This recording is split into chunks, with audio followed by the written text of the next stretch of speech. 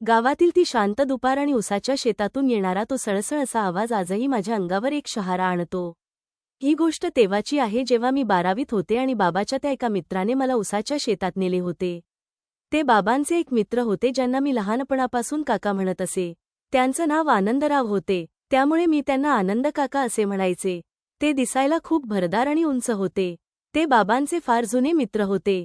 त्यांच्या समोरच मी लहानाचे मोठे झाले होते. पण मोठे होत असताना काकांच्या नजरेत माझ्याबद्दल किती तीव्र ओढ होती हे मला नंतर कळले. जेव्हा ते मला एका उसाच्या घनदाट फडात घेऊन गेले, तेव्हा मात्र मला कळले की काकांची माझ्याबद्दल किती जबरदस्त आणि तीव्र ओढ होती. त्या दिवशी भर दुपारी मला तो स्वर्गीय आनंद मिळाला जो मी आजपर्यंत कधीच विसरले नाही. आजही ते सुखाचे उत्कट क्षण आठवले की माझं सर्वांग अगदी थरारून जातं. मित्रांनो, माझं नाव आकांक्षा आहे आणि माझं वय 19 आहे. त्या एका संध्याकाळी माझं आयुष्य एका अशा वळणावर येऊन थांबलं होतं जिथे अनोखी भीती आणि सुख यांचा एक सुरेख संगम झाला होता. तेव्हा मे महिना नुकताच सुरू झाला होता. माझे 12वीचे पेपर संपल्यामुळे माझ्या डोक्यावरचा तो अभ्यासाचा भार पूर्णतः उतरला होता. मग त्या उन्हाळ्याच्या सुट्ट्यांत तो शांतात मला खायला उठत होती. गावात करण्यासारखं असं काही नव्हतंच. आमच्या घरासमोर 3-4 एकर शेती पसरलेली होती. माझे बाबा दिवसभर शेतातच असायचे. मला घरात राहून कंटाळा यायचा. एक दिवस संध्याकाळच्या सुमारास बाबा शेतातच होते आणि मला घरातली सर्व कामं आटोपल्यामुळं फार कंटाळा आला होता. घरामध्ये बसून काय करायचं असा विचार करून म्हणून मी शेतात एक चक्कर मारावी असं ठरवलं. मी लगेच शेताकडे निघाले. मी शेतात पोहोचल्यावर पाहिलं तर बाबा त्यांच्या कामात गुंतले होते.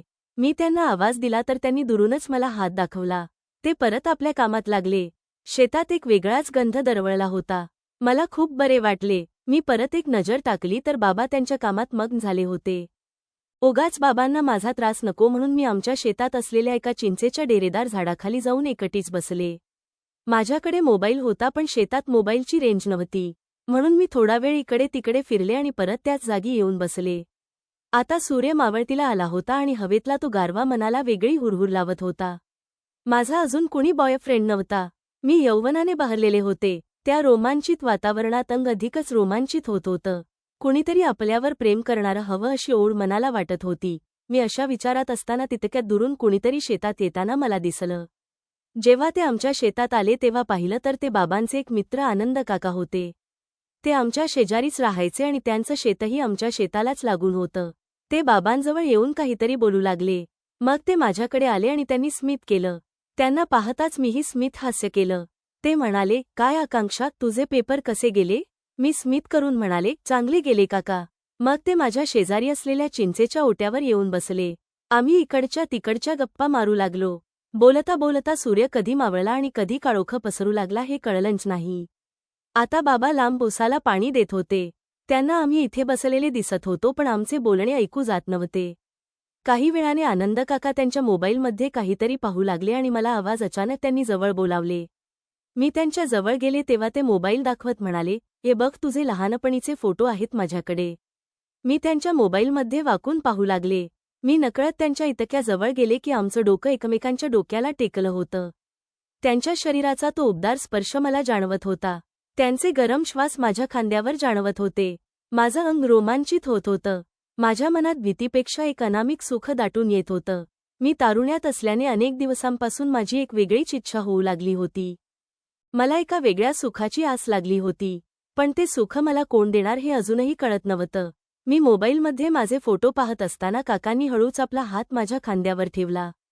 तो स्पर्श साधा नव्हता तर त्यात एक मागणी होती. त्यांनी माझ्या डोळ्यात खोलवर पाहिलं. त्यांच्या नजरेतील ती चमक आणि आवाजातील कंपन मला खूप काही सांगून जात होतं. अचानक माझ्या अत्यंत जवळ येत त्यांनी माझ्या कानात हळूच विचारलं, आकांक्षा, तू खूप सुंदर आहेस. मला तुझी खूप ओढ लागली आहे. मला जे सुख हवंय ते प्लीज तू मला देशील का? ते शब्द ऐकून माझ्या काळजाचा ठोकाच चुकला. आजपर्यंत त्यांना मी फक्त काका म्हणून पाहिलं होतं.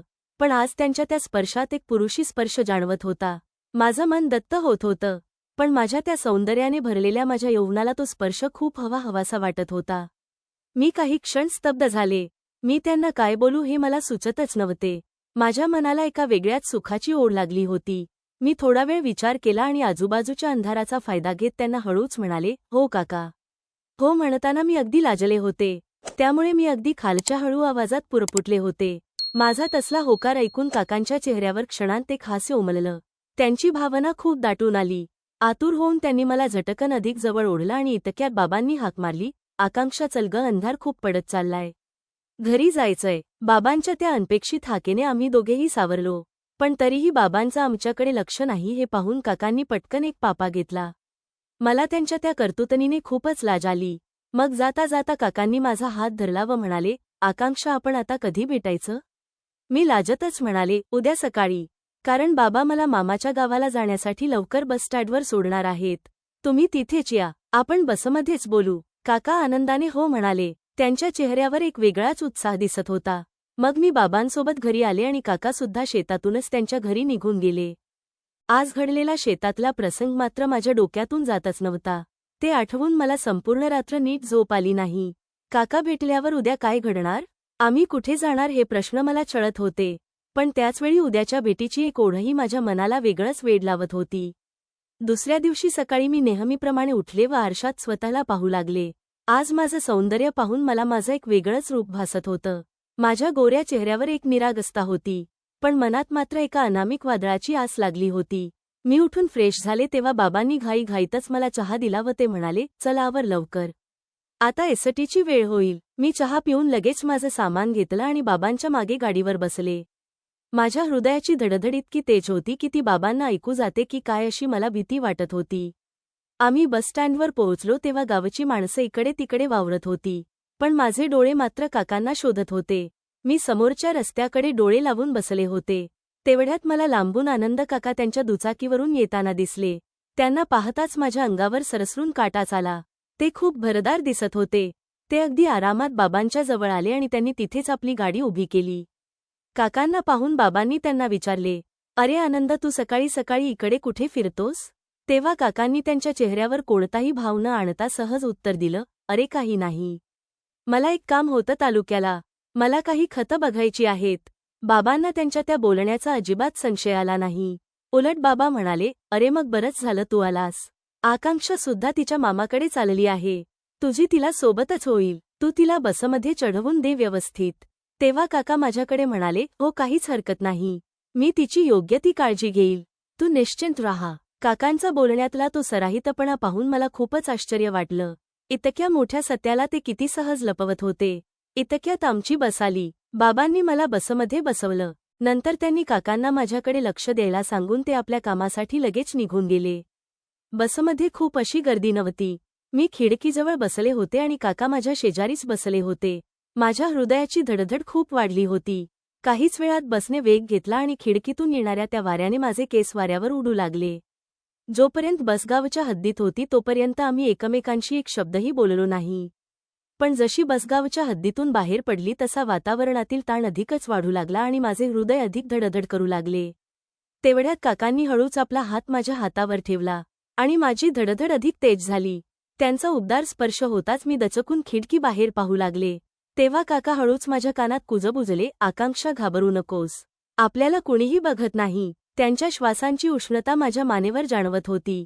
आजूबाजूला इतकी लोकं असूनही आम्ही मात्र त्या गर्दीत एका वेगळ्याच विश्वात होतो. बसच्या प्रत्येक धक्क्यागणिक जेव्हा आमची शरीरं एकमेकांना स्पर्श व्हायची तेव्हा मनातली ओढ अधिकच अनावर व्हायची. काही वेळात बस पुढच्या बस स्टँडवर बस थांबली. काकांनी मला खुणेनेच खाली उतरायला सांगितलं. मी काही न बोलता त्यांच्या मागे मागे उतरली. मला वाटलं होतं की आम्ही तालुक्याला जात आहोत, पण काकांनी बाजूला उभी असलेली एक बाईक आपल्या ताब्यात घेतली, जी त्यांनी आधीच तिथे लावून ठेवली होती. म्हणजेच त्यांनी हे सर्व आधीच ठरवलं होतं. त्यांनी बाईक सुरू केली आणि मला बाईकवर बसायला सांगितलं. मी आजूबाजूला पाहत पटकन गाडीवर बसले. आता आम्ही मुख्य रस्ता सोडून एका कच्च्या रस्त्याला लागलो होतो. दोन्ही बाजूनी फक्त माळरान आणि लांबवर असलेली हिरवीगार झाडे झुडुपे दिसत होती. वाऱ्याच्या वेगामुळे माझे केस उडत होते आणि मी नकळत त्यांचा खांदा अगदी घट्ट पकडला होता. आपण कुठे चाललोय? मी काकांना विचारलं. ते हलकेसे मागे वळत मिश्किलपणे हसत म्हणाले, अशा ठिकाणी जिथे फक्त तू आणि मी दोघंच असू. मी लाजले. काही वेळातच आम्ही एका निर्जन वळणावर येऊन थांबलो. मी पाहिलं तर समोर उसाचे एक अथांग आणि घनदाट शेत दिसत होते. त्या शांत वातावरणात फक्त हवेचा आणि उसाच्या पात्याला चळचळणारा आवाज तेवढा येत होता. आसपास कुणाचं मागमूसही नव्हतं. ती जागा खूप शांत वाटत होती. काकांनी गाडी एका झाडाच्या आडोशाला लावली आणि माझ्याकडे पाहत माझा हात धरला. मला म्हणाले, चल आत. असे म्हणून त्यांनी उसाच्या फडात जाणारी एक रुंद पायवाट दाखवली. मी त्यांच्याकडे पाहत म्हणाले, उसात? ते तीव्रतेने पाहत म्हणाले, हो. माझं हृदय आता जास्तच जोरात धडधडत होतं. काका खूप आतुर वाटत होते. मग आम्ही हळूहळू उसाच्या गर्द झाडीत शिरलो.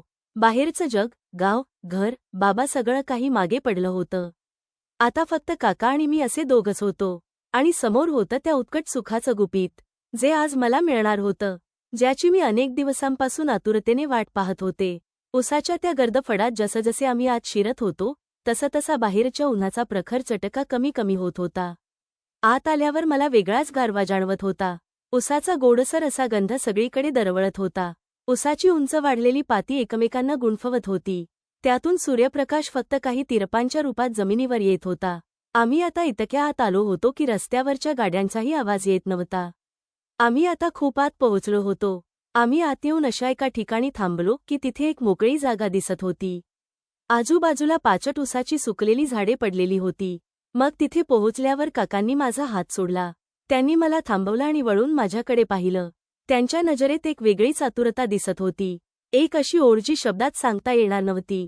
मी स्तब्ध उभे होते. खूप घाबरली आहेस का? त्यांनी मला अत्यंत हळूवार आवाजात विचारलं. मी मान खाली घालून मानेनेच नाही म्हणाली, पण माझ्या शरीराची थरथर त्यांना सगळं काही सांगून जात होती. त्यांनी आपला हात माझ्या हनुवटीवर ठेवला आणि माझा चेहरा हळूच वर उचलला. मग माझ्या डोळ्यात पाहिले आणि त्यांनी आपले ओठ माझ्या कपाळावर ठेवले. तो स्पर्श इतका उबदार होता की माझ्या अंगावर सरसरून काटा आला. मग त्यांनी आपले दोन्ही हात माझ्या खांद्यावर ठेवत मला जवळ ओढलं. मी लाजेने चूर झाले होते. मी त्यांच्या छातीवर डोक ठेवलं तेव्हा मला त्यांच्या हृदयाची धडधड स्पष्टपणे ऐकू येत होती. काका म्हणाले, आकांक्षा, तू खरंच खूप सुंदर आहेस. मी किती दिवसांपासून तुला असे जवळ घेण्याचे स्वप्न पाहत होतो.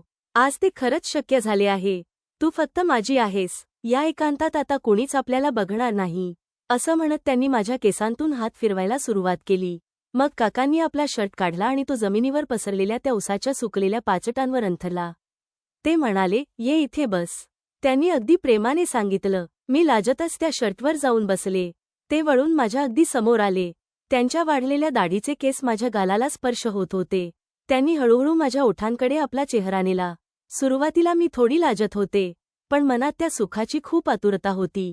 त्यांच्या हरकतीने माझे डोळे आपोआप मिटले. क्षणभर माझ्या काळजाचा ठोकाच चुकला. ते साधेसुधे क्षण नव्हते, कारण ते मला वेगळंच सुख देत होते.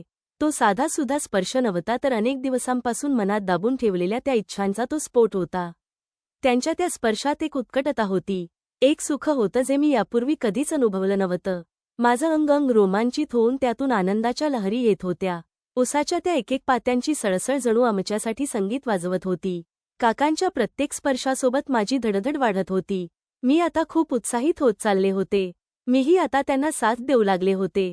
माझे हात नकळत त्यांच्या पाठीला घट्ट विळखा घालून बसले होते. त्या भर दुपारी आणि त्या भर तारुण्यात उसाच्या एकांतात आमच्या भावनेचा बांध तुटत चालला होता. आम्ही दोघेही जगाचे सर्व नियम, नाती आणि भीती विसरून गेलो होतो. तास 2 तास आमच्या भावनांचा तो खेळ सुरू असताना कसे निघून गेले हे आम्हाला कळले सुद्धा नाही. आनंद काकांनी मला ज्या प्रकारे सावरला आणि सुखाचा अनुभव दिला त्याने मी पूर्णपणे समाधानी झाले होते. हे सुख माझ्यासाठी एका स्वप्नासारखं होतं जे आज सत्यात उतरलं होतं. या तारुण्यात मी खूप सुंदर अनुभव घेतला होता. मग काही वेळ आम्ही तिथेच त्या पाचटावर होतो. वरून उसाच्या पानातून येणारी ती उन्हाची तिरपी किरणे माझ्या अंगावर पडत होती. आकांक्षा, तू ठीक आहेस ना? काकांनी माझ्या विस्कटलेल्या केसांवर हात फिरवत विचारलं. मी त्यांना काहीच न बोलता फक्त लाजेने त्यांच्या कुशीत शिरले. मग मी त्यांना म्हणाले, काका, हे सगळं स्वप्न तर नाही ना? ते मला अधिक जवळ घेत म्हणाले, नाही ग वेडे, हे अगदी खरं आहे. आणि आपलं हे सत्य फक्त या उसाच्या फडालाच माहिती आहे. आम्ही त्या सुखाच्या धुंदीत असताना अचानक दुरून कुणाच्या तरी खोकण्याचा आवाज आला. आम्ही दोघेही जागीच थिजलो. काकांनी पटकन माझे कपडे सावरले आणि स्वतःचा शर्ट हातात घेतला. कुणीतरी उसाच्या एका कडेने चालत येत असावं असं वाटत होतं. मला खूप भीती वाटत होती. आम्हाला एकमेकांचे श्वासही आता दडपून ठेवावे लागत होते. चालताना मध्येच जर कुणी आत डोकावलं असतं तर आमचं आयुष्य उद्ध्वस्त झालं असतं. अशीच ती परिस्थिती होती. तो पावलांचा आवाज आता अगदी उसाच्या फडाच्या टोकाशी येऊन थांबला होता. पाचटाचा कडकड आवाज आमच्या काळजाची धडधड वाढवत होता. मी भीतीने आनंद काकांच्या छातीला घट्ट बिलगले होते. माझ्या मनात विचार येत होता, जर आम्हाला या अवस्थेत इथे कुणी पाहिलं तर मी बाबांना आता काय तोंड दाखवणार? गाव काय म्हणेल? काकांनी अत्यंत सावधपणे उसाच्या त्या पात्यांतून बाहेर डोकावलं. त्यांनी पाहिलं तर एक मजूर आपल्या खांद्यावर कुदळ घेऊन तिथून जात होता. त्याने क्षणभर तिथे थांबून आजूबाजूला पाहिलं होतं, पण सुदैवानं तो दुसऱ्या बाजूला बांध निघून गेला होता. तो लांब गेल्यावर आम्ही सुटकेचा निश्वास घेतला. काका म्हणाले, आकांक्षा, आपल्याला आता इथून लवकर निघणेच योग्य ठरेल. काका गंभीर दिसत होते. त्यांनी पटकन स्वतःला सावरलं आणि मलाही कपडे नीट करायला मदत केली. उसाच्या त्या गर्द फडातील त्या सुखाच्या जागी भीतीचं सावट येता येता राहिलं होतं. आम्ही अत्यंत सावधपणे त्या घनदाट उसातून बाहेर आलो. काकांनी जिथे गाडी लावली होती तिथे पोहोचल्यानंतर आम्ही एक मोकळा श्वास घेतला. काकांनी मला पाहत पुन्हा एकदा जवळ घेतलं. आज जे झालं ते आपल्या दोघांच्या काळजाच्या पेटीत कायमच बंद राहील. याचा कुणालाही काहीच सुगावा लागता कामा नये.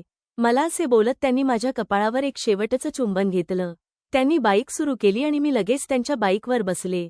मग त्यांनी मला पुन्हा त्याच एसटी स्टँडवर आणून सोडलं, जिथून मला माझ्या मामाच्या गावाची दुसरी बस मिळणार होती.